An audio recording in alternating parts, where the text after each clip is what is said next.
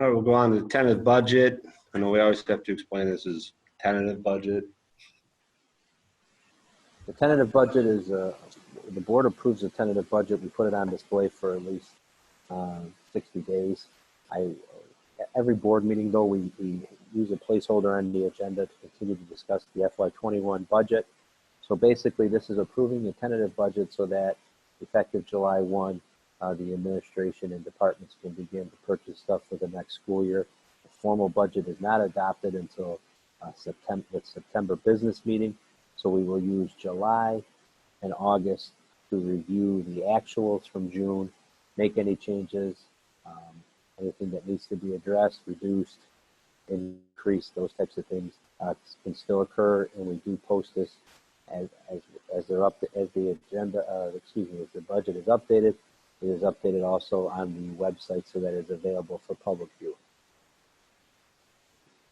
And there were no additional questions submitted on the tentative budget.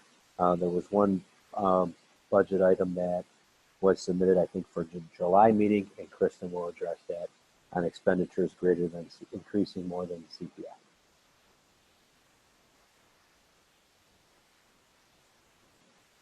I just wanted to make a comment that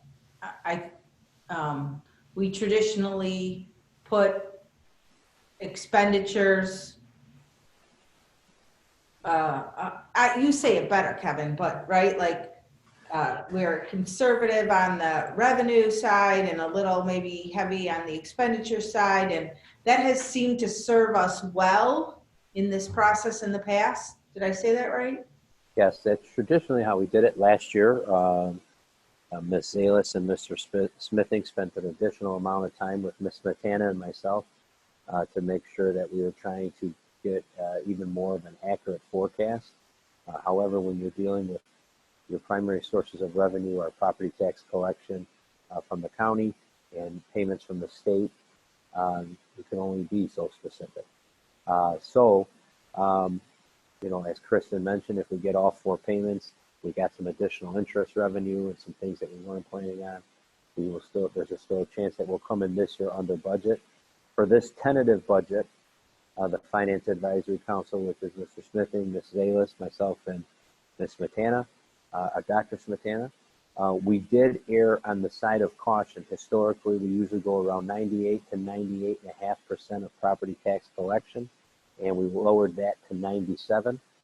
The reason for that being, Cook County has already said they're giving a 60-day extension on the August property tax collection payment. And we also think there will be some delinquent payments as well as some payments that just are forfeited and don't pay. We also are anticipating an increase in appeals due to the impact the pandemic has had on the economy.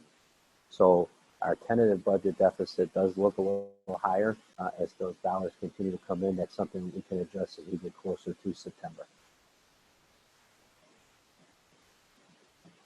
Thank you. Is there any further discussion on the tentative budget and the process we're about to embark on? All right, let's read the motion then.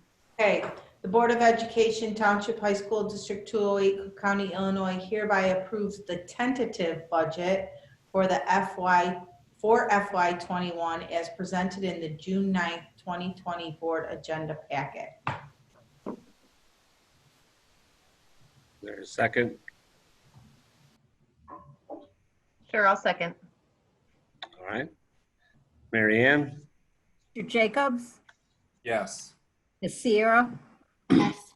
Ms. Towner? Yes. Ms. Salas? Yes. Mr. Durkin? Yes. Ms. Ruska? Yes. Mr. Smithing? Yes.